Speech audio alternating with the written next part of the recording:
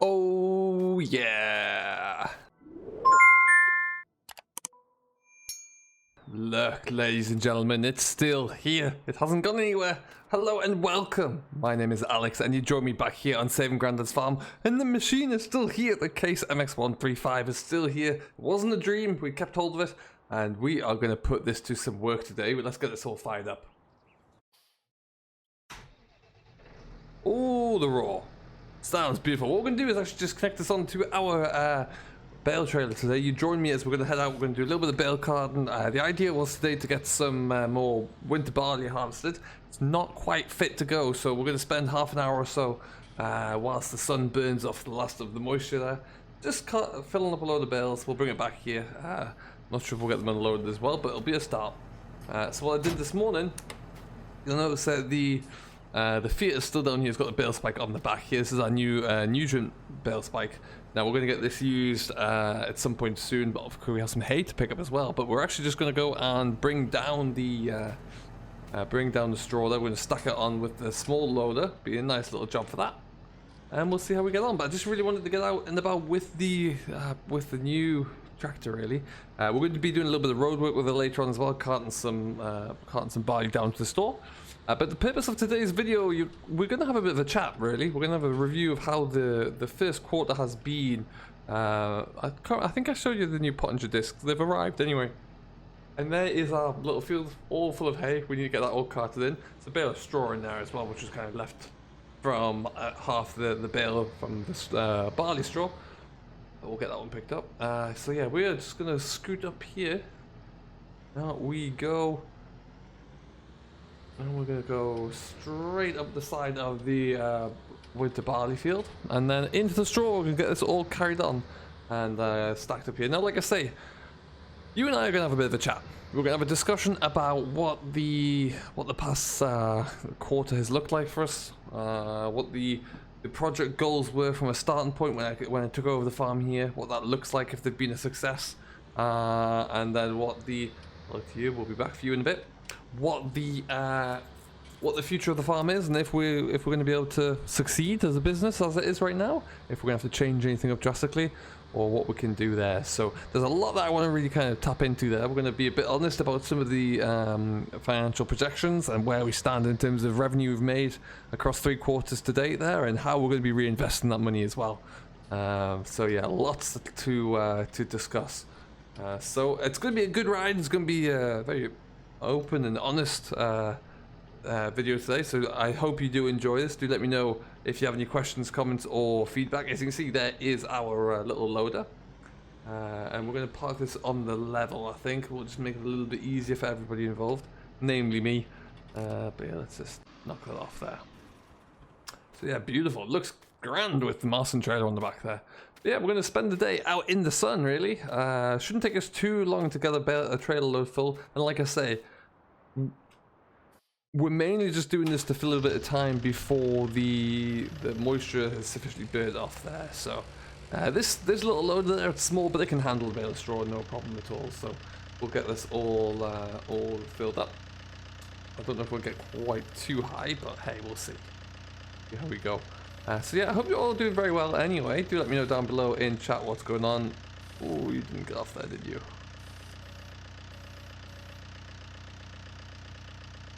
That's better. Fantastic. There we are. So yeah, like I say, have I made a bit of a success of this? Should I have taken over Grandad's farm? Should we have left it? Was it worthwhile? There's a lot of questions being asked at the very beginning to see if it was actually going to be economically viable to do so. Whether or not we should just, leave it and let one of the big landowners in the region. Oh, these bales are tough.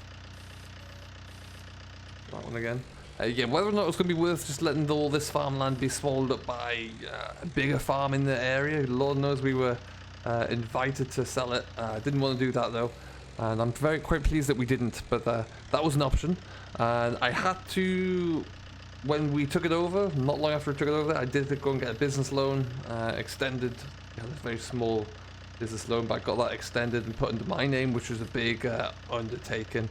That loan was for about 50,000 to get us up and away in the early days there. So that was a big undertaking. But we needed to start bringing revenue. We needed to start to make this farm work for itself. So initially what we did was plant up all the arable land around here. I started to do a bit of a test case to see where there was the opportunities were, what lied ahead of us, where we could actually feasibly diversify, what that would look like, where we could expand into, what businesses we could expand into, and it certainly looked like trying to produce more produce across a larger portion of the year rather than just monocropping cereal ground.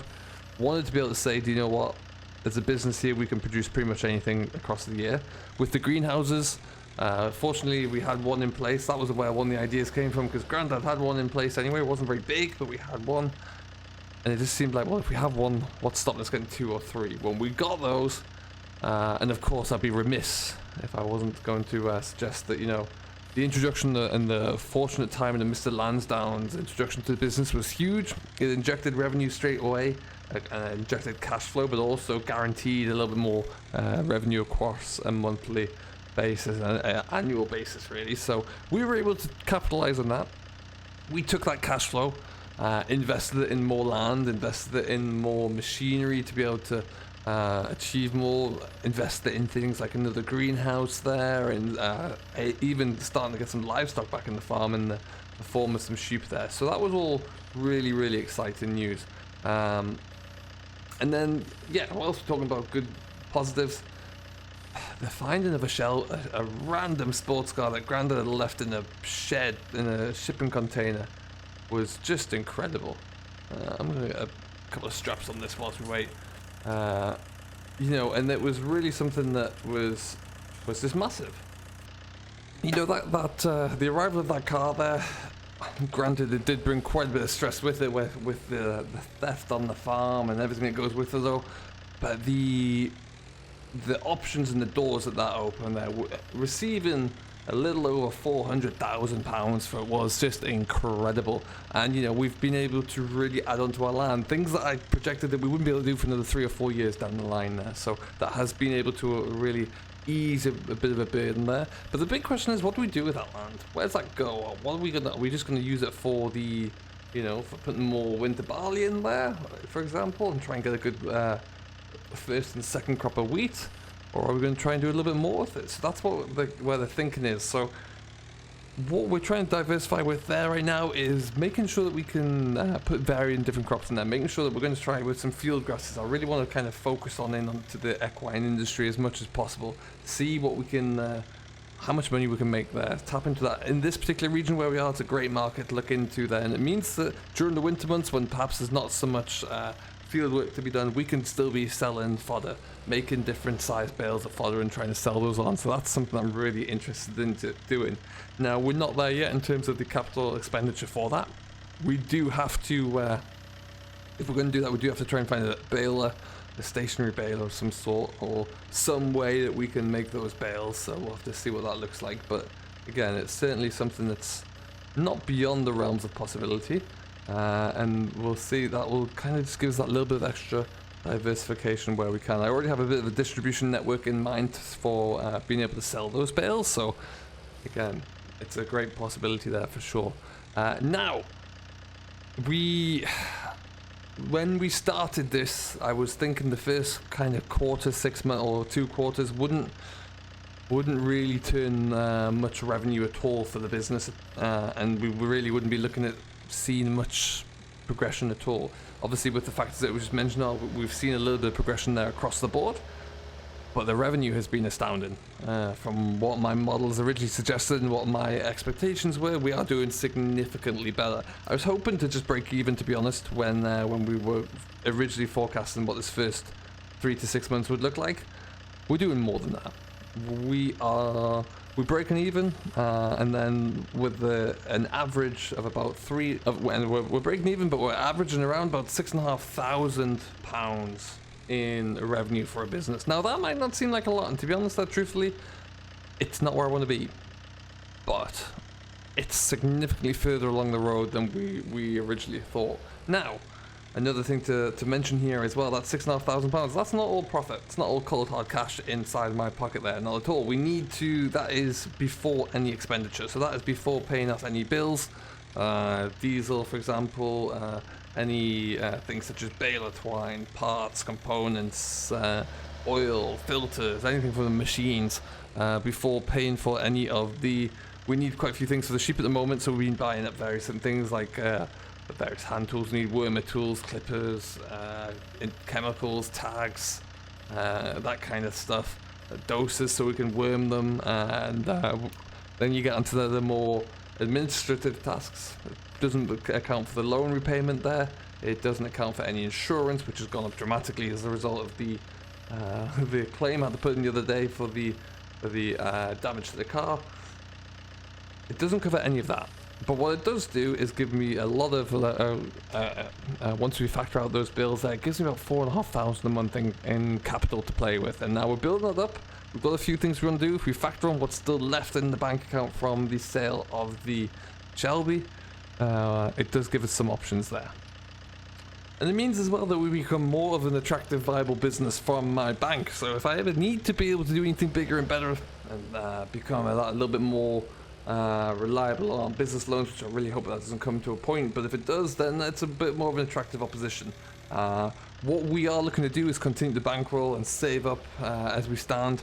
We're due to see not a big influx of cash, but we're going to see a big boost to our revenue when we actually start to sell off our winter and spring cereal crops there. For example, I've already got a pre-approved price, fixed price for the winter oats.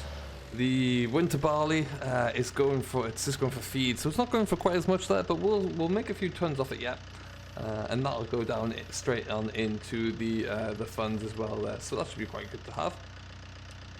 Actually, do you know what? I think we're just gonna stack these on the floor. I don't know if we've got the height to get all of these on here, so we're just gonna leave these. We'll take them in groups of 8. That's fine for me, and we'll leave this here and come back for it.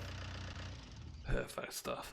So what we're going to do now is actually we're just going to take this load down to the back down to the yard there. We're just going to drop the trailer off. We're going to put the other mast on there because we're going to have a bit more of a talk about our plan for cereal crops. But I figure there's no better way to do that than when we are in the seat of the 4th degree combine. So we're going to go and crack on. It looks like it's ready to go over there. It's dry enough, and we'll see you as we're harvesting the last of our winter barley. Alright then, up we go into the beast that hasn't been started for about a day and a bit. Sometimes these things had a bit of a knack of chewing through a battery there after you've been working it in the field, so let's see if it's going to all go for me. Oh, on the button. There you go. Fantastic stuff. So, let's lift up that header a little touch there. Fantastic. Oof. And it's away. Listen to that. So what we're going to do, we're going to crack on with this really. We're going to see how we get into it. I'm just going to probably actually this is a bigger field. This bigger field means that we don't necessarily have the capacity to get all the way around it and back, or all the way to the other side there without running out of capacity in the tank. So what we're going to do is take the bottom 2 passes off here. And we're going to come back up this side and hopefully meet the case somewhere up the top end there. So that's the plan. So we'll get on with that one. Now, one of the great things about the business plan that we had here was to make sure that we bought reliable second-hand equipment there. It could be any age, just had to not be brand new. The starting out farmer there, it's really not really practical at all to try and buy anything that's new or remotely new, big and powerful there. That case over there, that's about 17 years old. And we just couldn't really afford to do that. It just made no sense at all given the cost of machinery. Even good value second-hand equipment there skyrocketing because people just don't really want to look into that. So we've been very smart with some of my findings, some of my buys and some of my machinery purchases there, making sure that we can justify it, making sure that we can service everything ourselves, making sure that we can keep our machinery costs to a minimum there. So, and I think we've done that for the most part. That in itself, we do obviously need to get a little bit bigger so we can pull bigger equipment, so we can cover as we continue to get bigger from a land standpoint and have more capacity. We want to be able to make sure that we can, get everything done that we need to when the weather elements allow us to. When it gets pretty bad outside there, we can get pretty restricted as to what we could do in a given day. So that was a big challenge, and I think we've pretty much kind of taken that on head first really, and for the most part we've done really well with it. So I'm hoping that we can continue with that. and we'll see how that goes moving forward. And part of what we need is a good reliable combine. This one's giving me a nice clean sample. It's not the quickest, but we've got a nice header on here, 18-foot wide header. Clearing in what is a very nice looking crop of winter barley here. Actually, it's doing a great job of it, so I can't complain. Like I said, we're not getting a great price for this one. We couldn't really get any grain contracts going for this, so we're just getting what we can for feed really at the moment. But it will give that little cash injection into the business, so we can you know, put that aside and plan for future. We are already looking at trying to work out the budgets for next year, and part of that is ensuring that we get a good set of contracts in place. I'm not going to sell all of it off straight away. I'm going to sell a majority of it though, keep some of it to see if I can make anything better of it. You know, when we get into the season, depending upon the quality and everything that goes with it, we'll have to wait and see. But yeah, that's kind of the thinking here. Now, a lot of, you know, we've obviously discussed where the revenue's at the moment, and personally I feel like I'm much further ahead of where we would be, and I would definitely deem that to be a success on our part. There we go, we are full already, I would think that. That is a bit of a pain, didn't get it anywhere near as far as I thought I would do that. So, what we're going to have to do, I must have had a bit left in the tank that I forgot about. We're going to go for a walk then. Like I say there, we are significantly further ahead, which is great, but we're not going to stop there. We are going to try and improve. There's a little bit of ground left in the orchard field that I'm not sure, well, we're not using to the best of our ability there, so we're going to try and capitalize on that. But the three main goals for me next year are going to be cattle, storage, and stability. Now, the CSS, as it will be known moving forward, there is going to be we're going to have to buy in some cattle. I want to make sure that we have a beef operation of some sort, but that's going to mean that we need some sheds for them. We need an infrastructure for cows, for beef cattle. There won't be dairy, and we need some more storage. Despite putting up several sheds already there, I don't have enough storage for grain. The old silo is not in much of a shape. I'm even deliberating whether or not I want to keep if I want to keep the oats in there actually. But yeah, let's just jump on into this. Fantastic stuff, and we'll cruise on down the hill. And then yeah, we wanna have stability. We wanna reduce down our current business loan, try and pay that off where possible. So we become a bit more independent there, and any money that we are making then becomes much more of our own. We're not always thinking of loan repayments in the background there, so that'll be the next option. If we can achieve all that inside the 3 months there, then we'll be really looking at a great place. Bearing in mind that we have 3 more fields of land already purchased this year, including that big guy over there, so we can really look to capitalize and add extra revenue through cereal production. That'll be great to see as well. Just leave that there. Pull my lever down, fantastic, and we are unloading. So that's what we're going to be looking into doing. We do need to act quickly. We need to make sure we can get some of this ground worked over, because I want to get the next year's crops in here already. I am looking into the possibility of putting a little bit of oilseed rape in the ground. I'm not too sure about it yet, because some of those inputs are not fun.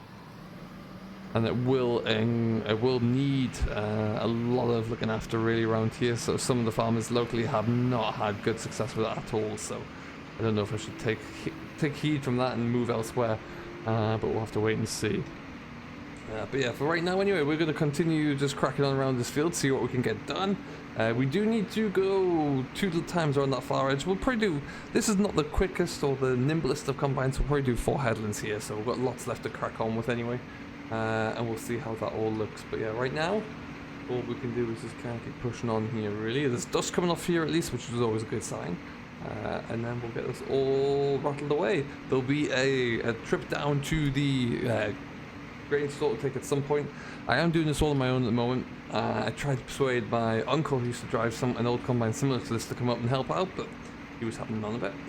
So I might see if I can get someone to come and help us to drive something, because then we can get this cleared a little bit faster. But lots happening still. Want to get those bales cleared before the day is out as well there, so we're going to have to keep going.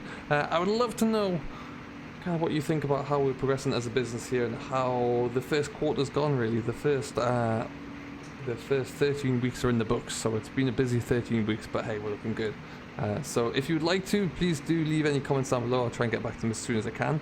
For now, I'm going to leave it here, so thank you very much for watching. I hope you have enjoyed. I have been Alex. This has been your Saving Grandad's Farm update.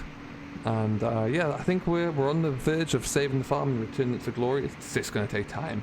Until next time, though, I do hope you enjoyed. Do take care of yourself, enjoy what you're doing as always, and we will see you all in the next one. Catch you later.